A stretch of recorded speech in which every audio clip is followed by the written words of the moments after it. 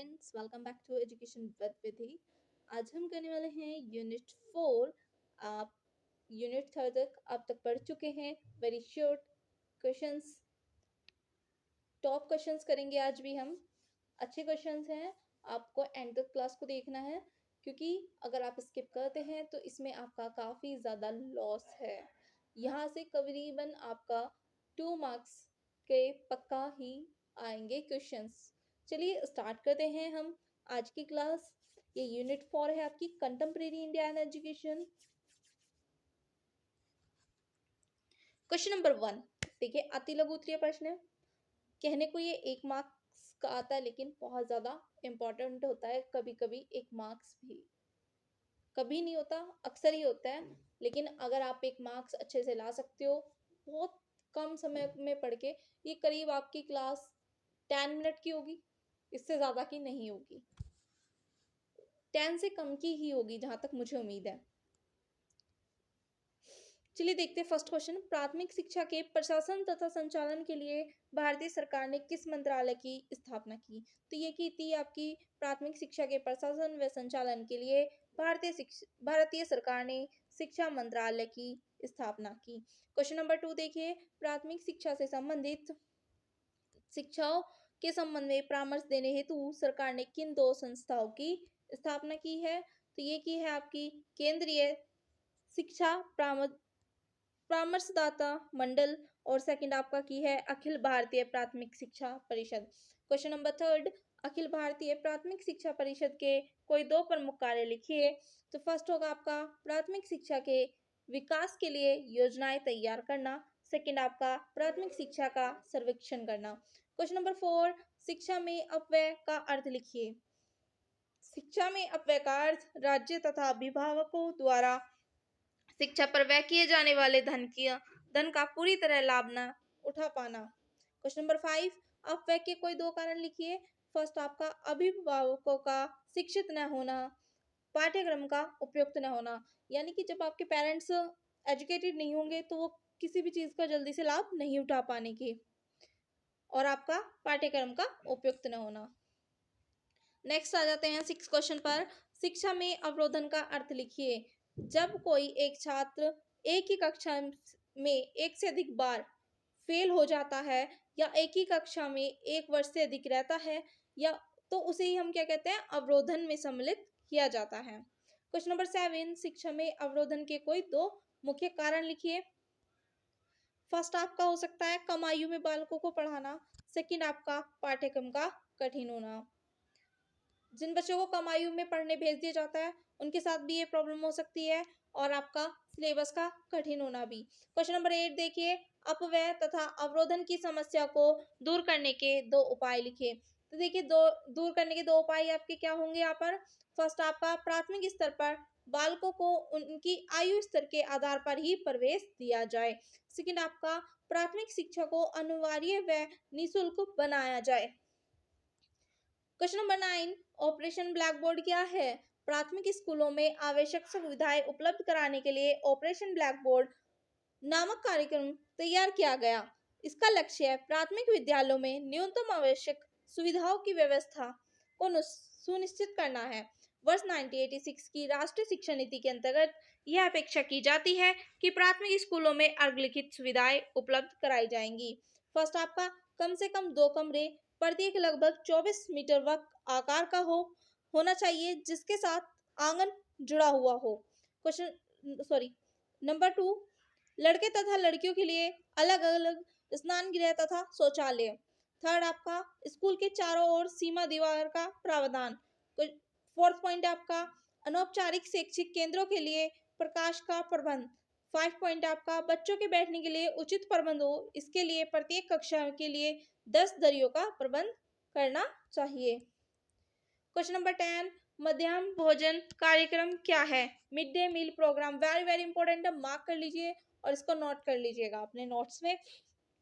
भर्ती बढ़ाने, उसे बनाए रखने और उपस्थिति के साथ साथ बच्चों के बीच पोषण स्तर सुधारने के लिए उद्देश्य से प्राथमिक शिक्षा के लिए राष्ट्रीय पोषण सहयोग कार्यक्रम 15 अगस्त 1995 को शुरू किया गया। केंद्र द्वारा प्रायोजित इस योजना को पहले देश के 2408 ब्लॉकों में शुरू किया गया।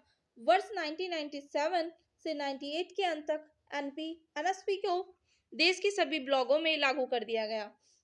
वर्ष 2002 में इसे बढ़ाकर न केवल सरकारी सहायता प्राप्त और स्थानीय निकायों के स्कूलों के कक्षा 1 से 5 तक के बच्चों के लिए किया गया, बल्कि ईजीएस और एआईआई केंद्रों में पढ़ रहे बच्चों को भी इसके अंतर्गत शामिल कर लिया गया। वर्तमान में इसके अंतर्गत सरकारी सहायता प्राप्त स्थानीय निकाय, एनएसएलपी, एआईआई, मदरसों और मकतबों आदि में पहली से आठवीं तक की पढ़ाई कर रहे बच्चों को शामिल किया गया। प्रत्येक स्कूल दिवस में प्रत्येक बच्चे को 100 ग्राम खाद्यान्न सामग्री और इस सामग्री की ढुलाई के लिए प्रति क्विंटल 50 रुपए की अनुदान सहायता केंद्र सरकार द्वारा दी जाती है। क्वेश्चन नंबर 11, शिक्षा के क्षेत्र में अपव्यय की समस्या के मुख्य कारण क्या हैं? शिक्षा के क्षेत्र में अपव्यय की समस्या के मुख्य कारण है प्राथमिक शिक्षा का पाठ्यक्रम एकवर्गीय एवं कठोर है, उसमें विषयों का अधिक होना, वह बस्ते का बोझ तथा अभिभावकों को निर्धन एवं अशिक्षित होना प्रमुख कारण है। क्वेश्चन नंबर 12, सबके लिए शिक्षा विषय पर सम्मेलन कहाँ हुआ था? तो ये हुआ था आपका थाईलैंड में सन 1990 में। क्वेश्चन नंबर 13, सर्व शिक्षा अभियान से क्या अभिप्राय है? सर्व शिक्षा अभियान से अभिप्राय 6 से 14 वर्ष आयु वर्ग के सभी बालकों को प्राथमिक शिक्षा उपलब्ध कराना। क्वेश्चन नंबर 14, सर्व शिक्षा अभियान की 2 विशेषताएं लिखिए। प्राथमिक शिक्षा के स्तर पर वर्ष 2007 तक तथा वर्ष 2010 तक बुनियादी शिक्षा के स्तर के सभी प्रकार के लैंगिक एवं सामाजिक भेदभाव समाप्त करना। 2 था आपका वर्ष 2010 तक के लिए शिक्षा जीवन हेतु शिक्षा पर विशेष ध्यान देने हेतु संतोषप्रद गुणवत्ता की प्राथमिकता शिक्षा पर बल देना। क्वेश्चन नंबर 15, ब्लैक बोर्ड योजना कब शुरू की गई? तो ये की गई आपकी 1987 से 88 में। मध्याह्न भोजन योजना कब शुरू की गई? अथवा 15 अगस्त 1995 को कौन सा राष्ट्रीय कार्यक्रम शुरू किया गया? इस तरीके से भी आ सकता है आपका क्वेश्चन, और इस तरीके से भी। तो ये मध्याह्न भोजन था आपका जो 1995 में शुरू किया गया था। मध्याह्न भोजन योजना किस अभियान के अंतर्गत चलाई जा रही है? तो ये चलाई जा रही है आपकी सर्व शिक्षा अभियान। क्वेश्चन नंबर 18, कस्तूरबा गांधी बालिका विद्यालय योजना कब शुरू की गई? 1 जुलाई 2004 को। वेरी इंपॉर्टेंट, मार्क कर लीजिए इसको। क्वेश्चन नंबर 19, इस योजना को सर्व शिक्षा अभियान के साथ कब जोड़ा गया? तो 1 अप्रैल 2017 को। क्वेश्चन नंबर 20, कस्तूरबा गांधी बालिका विद्यालय योजना हेतु वित्त व्यवस्था कौन करता है? केंद्र तथा राज्य सरकारें 50:50 रेशियो में, अनुपात आपका रेशियो होता है। केंद्रीय स्तर की 2 शिक्षा परिषदों के नाम लिखिए। तो ये आपकी कौन कौन सी थी 2 परिषदें?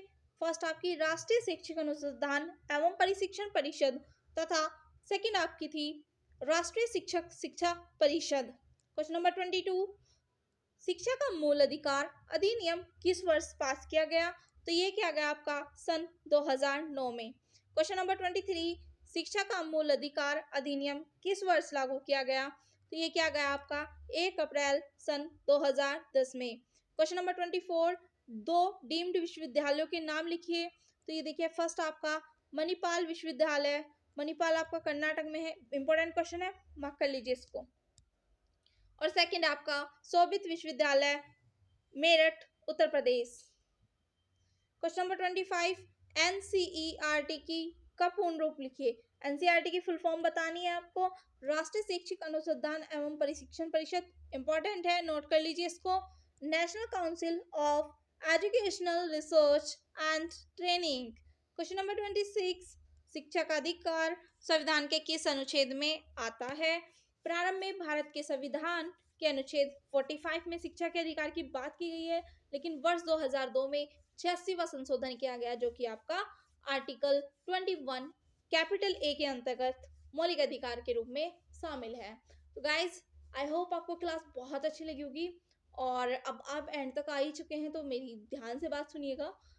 अगर आपको कहीं भी डाउट आता है या आपको याद नहीं हो रही है चीजें, तो देखो याद करने के लिए सबसे बड़ा फंडा होता है रिवीजन करना। बार बार रिवाइज कीजिए, आपका कोई भी प्रश्न एग्जाम में नहीं छूटेगा, फिर ये आपकी खुद की गारंटी होगी।